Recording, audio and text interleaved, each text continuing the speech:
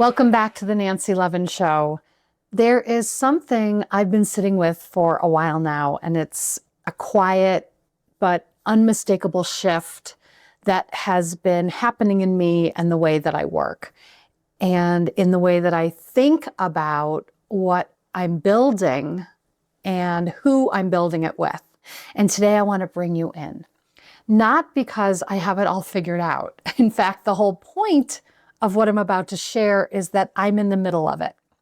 I'm in the thick of reinvention that is very much unfolding. But I've learned that the middle of the story is often where the most important truth lives. So here we are.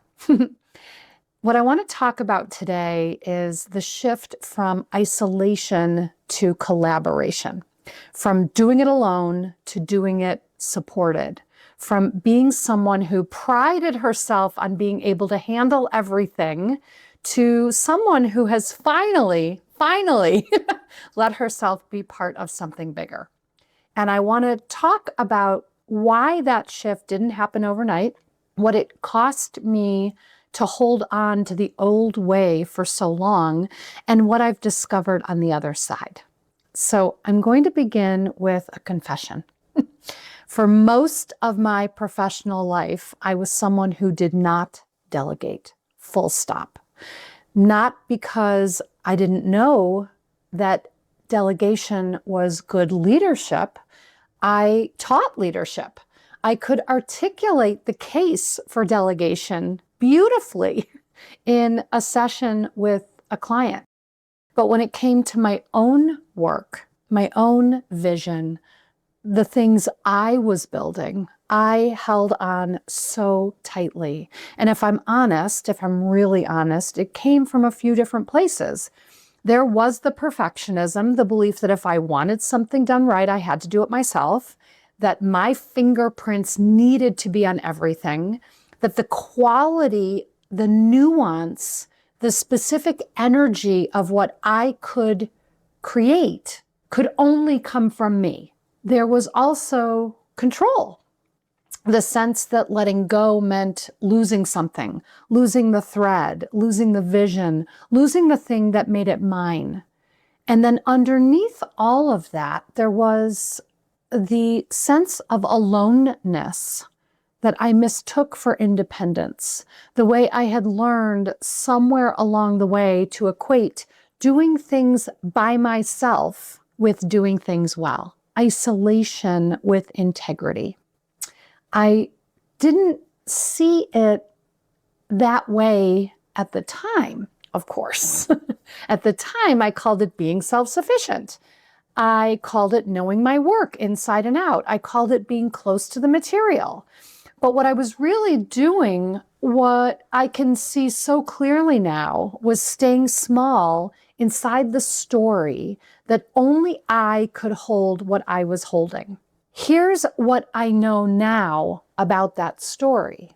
It's really common for people like us, for high achievers, for perfectionists, for people who've built something from the ground up, and remember exactly what it costs to get us here.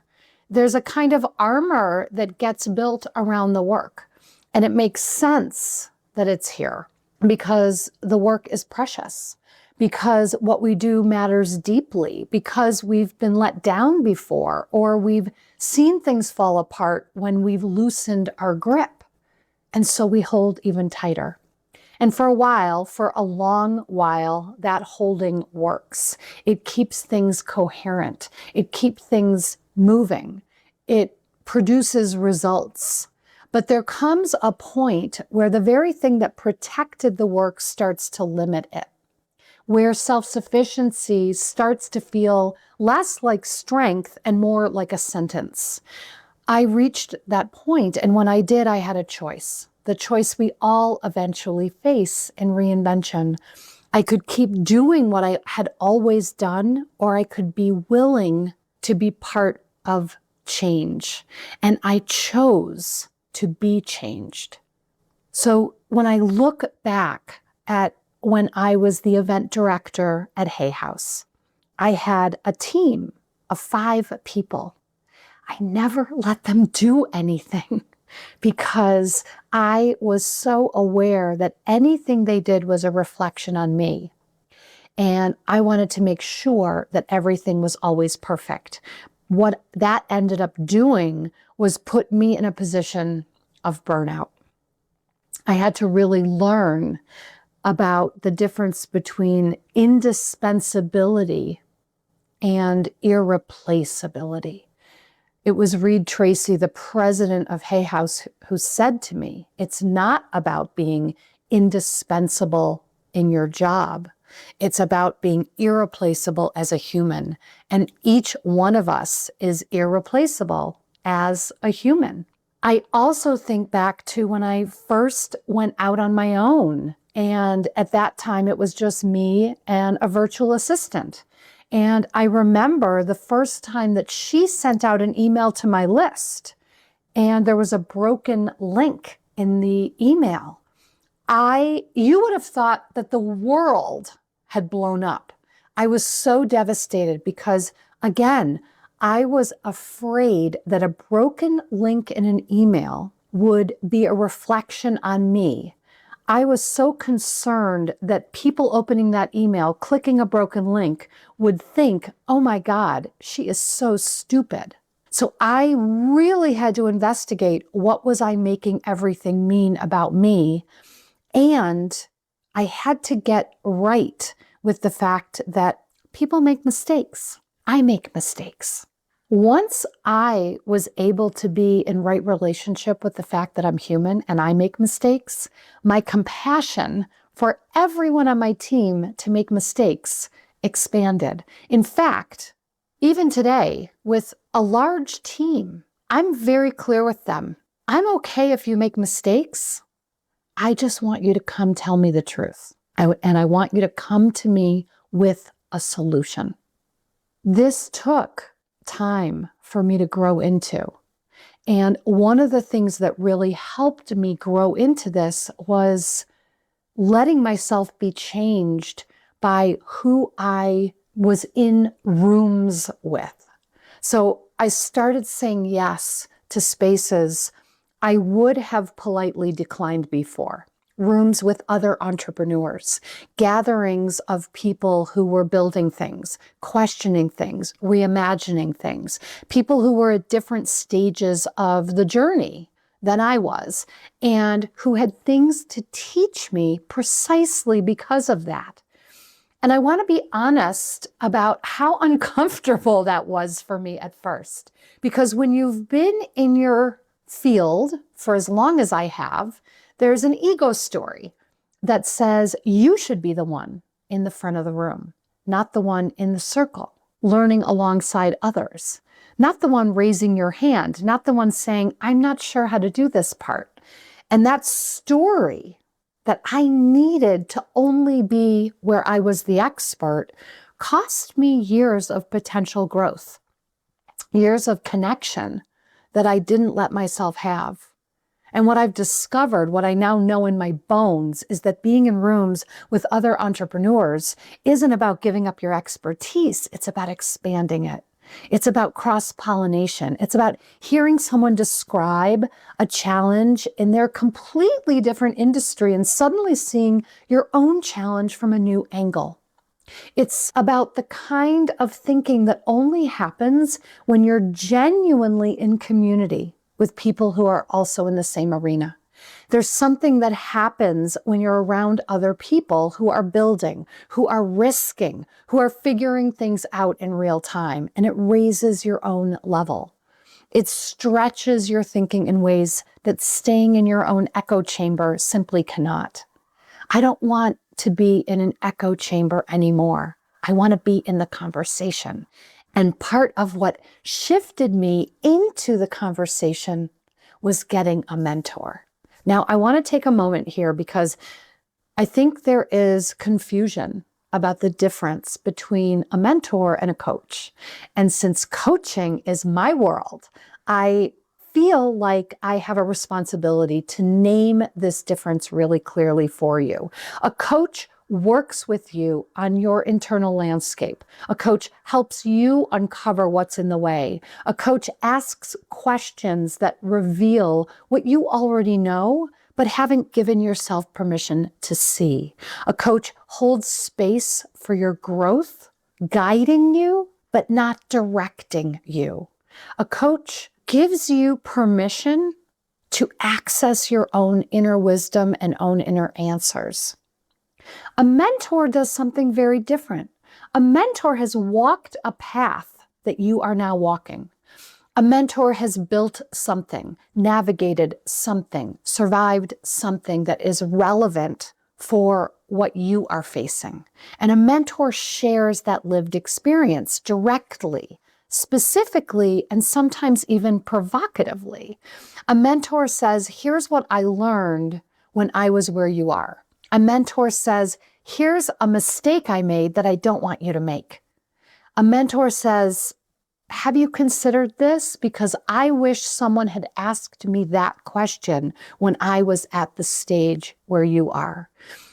A coach holds the space. A mentor offers the map. And here's the deal. I needed a map. Not because I didn't trust my own inner knowing. I do. Not because I haven't developed my own expertise over decades. I have. But because I am entering new territory. Territory where I don't have my own lived experience to draw from. Territory where having someone ahead of me on the path could save me time, energy, money, and unnecessary struggle. So getting a mentor was an act of humility. And I mean that in the truest sense of the word, not self-deprecating, not shrinking, humility as openness, humility as willingness to say, I don't have to figure this out alone. And that willingness changed everything. Here's something else I want to name because I think it really matters. For a long time, I brought everything to my team. Every question, every idea, every uncertainty, every seed of new direction. My team is extraordinary, truly. These are people deeply committed to this work and to me. And they take great pride and ownership in the work. And I am grateful for them in ways I don't even have adequate words for. But here's what I started to notice. I was taxing them with my uncertainty. It wasn't because they said no, not because anything fell apart, but because I could feel it, the weight of always being the one who generates and then also the one who processes the generating out loud with the people who then need to implement it. It's a particular kind of pressure that I think a lot of founders put on their teams without realizing it. We come in with ideas half formed and we need to think out loud and we need to pressure test our thinking, and we do it with the people who are waiting to find out what they're supposed to build. What I needed wasn't a different team. What I needed was a different container for the ideation. I needed peers. I needed brainstorming partners who weren't downstream of my decisions. People who could meet me at the messiness of a new idea, who could push back, who could add to it, who could help me shape it before it ever became a directive. So now when a new idea is born, I have somewhere to take it first, into these entrepreneurial rooms, into conversations with my mentor, into the kind of lateral thinking that happens when you're talking with someone who doesn't have a stake in the outcome. And then when the idea has been turned over, questioned, refined, given some shape, I can bring it to my team. And I bring them something to build, not something to help me figure out whether I should build it at all. And that distinction has been revolutionary. Now, I'm still in practice with this. It is a process, which brings me to something I've been working with in a deep way lately.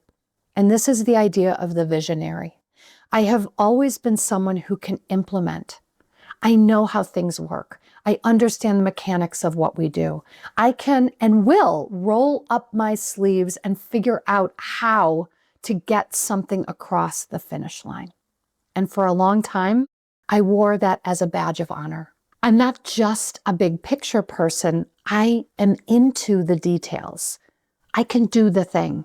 I'm not out of touch with the actual work, but there is a shadow side of that pride. It kept me doing things I didn't need to do. And it kept me in the weeds when I should have been in the sky. And there's a difference between being someone who can implement and being someone who should implement. And for too long, I conflated those things. The visionary's job is not to do everything. The visionary's job is to see what's possible and to communicate that vision so clearly, so compellingly, so precisely that the right people can bring it into being. The visionary protects her energy for the things only she can do. And so I had to really ask myself, really honestly, what are the things that only I can do? Only I can hold the vision for where we are going. Only I can be the voice, the presence, the lived experience at the center of this work. Only I can have the conversations that require my specific understanding, my specific history, my specific relationship with the material. Everything else, genuinely everything else, can be done by someone on my team who's better at it than I am. And this is not diminishment, this is liberation. And I'm learning how to let it be a liberation rather than an anxiety. Because there are days when not implementing feels wrong, when being the visionary feels like a role I haven't grown into quite yet. But I'm growing into it on purpose, one choice at a time. And as someone who did not identify with the role of the visionary, even when I had started my own business, it is still a practice for me to live into the role of visionary and let others help me with the implementation. And this is why I want to talk about what's underneath all of this, because this is a season of professional reinvention for me. And I say that not as a marketing phrase, I say it as a lived reality. Something is shifting in my work, in my offerings, in how I'm showing up, in what I'm creating. I'm not ready to share all the specifics with you yet, and I will say more about that. But I want you to understand the internal texture of this reinvention because I think it will resonate. Reinvention from the outside can look like a clean arc, like someone who had an insight, made a decision, and stepped into their next chapter. But from the inside, reinvention is much more non-linear. It's more like I keep catching glimpses of something new. And sometimes I lose the thread and then I find it again. I have a day of total clarity and then I have a day of complete doubt. I feel the pull forward and I also feel the gravitational pull of the familiar. What makes the difference for me is having people to navigate this with. Not just my team to execute, not just clients to serve, people who are with me in the in-between, people who can hold the uncertainty alongside me without needing me to resolve it prematurely and not trying to resolve it for me. And that's what community does. That's what the right mentor does. That's what being in rooms with people who get it does. It keeps you regulated when the reinvention wants to dysregulate you. I want to sit with that word for a moment, regulated, because I think this is a piece that doesn't get talked about enough in conversations about professional growth. Because reinvention, returning to the essence of the truth of who you are before you began packaging yourself to be palatable to others. Reinvention is destabilizing. You're releasing something known and moving towards something you may not even remember. And your nervous system, which is wired for safety, for familiarity, for predictability, is going to have a lot of feelings about that. The old way of managing that, for me, was to just push through, to white knuckle through a transition, to perform certainty when I felt anything but. And the new way that I'm practicing is to stay connected to people and resources that help me remain regulated while the landscape is shifting. This is the most sophisticated thing I know how to do right now. Staying regulated doesn't mean staying comfortable. It means staying grounded enough to keep making clear decisions, even when the path isn't clear. It means having enough internal stability to tolerate the discomfort of not knowing yet, without abandoning the vision or collapsing back into the familiar.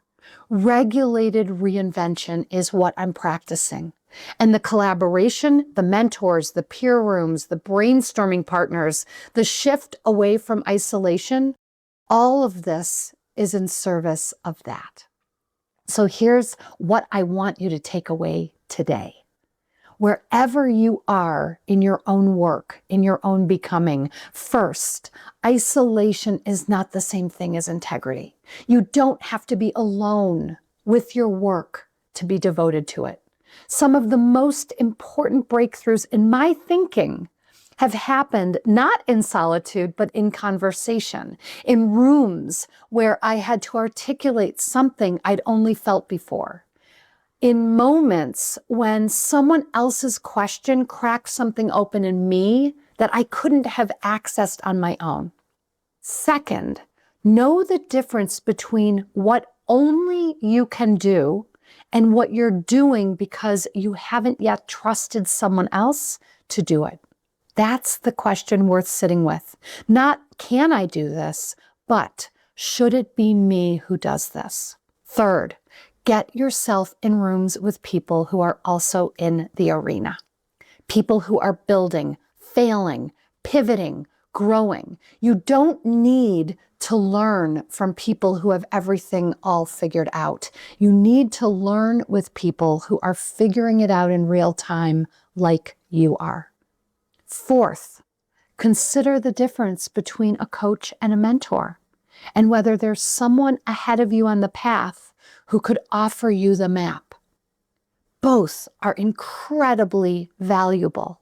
A coach to support you in accessing your own answers, and a mentor who has been where you are to provide a map of support. Having both a coach and a mentor have changed the game for me. And fifth, and this is the one I feel tenderly about, let yourself be supported through the reinvention. There are people who will be with you in the uncertainty, who don't need you to have the answer yet, who can help you stay regulated while you're in the middle of the change, because the middle of the change is not a problem to be solved. It is the change itself, and you deserve to move through it with people alongside of you. Now, here's the part where I'm just going to leave you in a little bit of suspense because there's something new that I'm creating. There's something new I'm moving toward, something that reflects all the shifts I've been describing, the collaboration, the visionary role, the next iteration of how my work meets the world. I'm not ready to share all of it yet, and that itself is part of the practice, letting it develop in this space between knowing and announcing, not rushing to the reveal before the foundation is ready. But I want you in the room for this. I want you to be part of the unfolding, not just the arrival. So consider this your invitation. Stay with me. Stay close to this conversation, to what's being built. Come along on the ride with me. I will bring you into it as soon as it becomes something I can share. And what I can tell you is this. It's aligned with everything I've been talking about today. It's about connection over isolation. It's about collaboration as a practice, not just a concept. It's about what becomes possible when we stop trying to do everything all alone. It's about letting us know what we don't know. And I'm so lit up by where I'm going, and I'm doing my best to stay regulated while I get there. So thank you for being a part of this. Thank you for being here. This show has always been an honest conversation, the place where I don't have to have everything figured out before I speak, and today feels true to that. So if something in this episode has landed for you, if you recognized yourself in the isolation, or if you felt the pull toward a different way of working, let me know. Reach out. I want to be in conversation. Because that's what this is all about. Not doing it alone, doing it in community. I'm so glad you're here. Thanks for spending time with me, and I will see you in the next episode.